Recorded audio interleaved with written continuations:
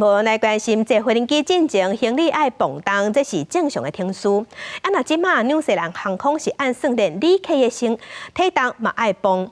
5月29到7月初2，因是计划要磅1万的乘客体重来做飞机港务平衡的调整。要过这一项调查，即马是先采自愿性的，所以磅出来体重嘛未公开。 除了手关行李，乘客也徛起咧七啊磅体重。纽西兰航空公司最近启动一项特殊调查，为5月29到7月初2，鼓励为奥克兰国际机场坐飞机旅客磅体重，有乘客感觉真意外。Actually, I surprised. Find it a bit discriminating, but insulting, to be honest.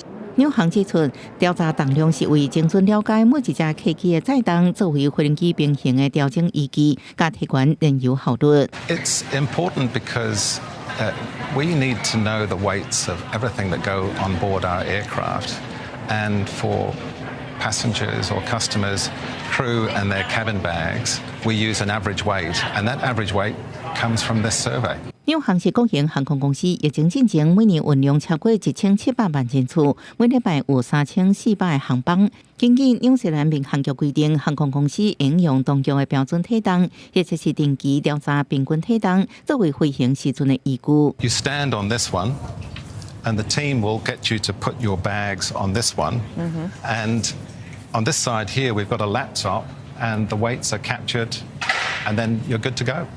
纽航捌伫2021年对国内线班机的乘客磅体重，即马疫情等候准备统计一般的旅客体重。不过也强调，这调查是主观性质，也用无出名的方式收集数据，工作人员甲乘客拢未看到资料。公司新闻陈慧仁报道。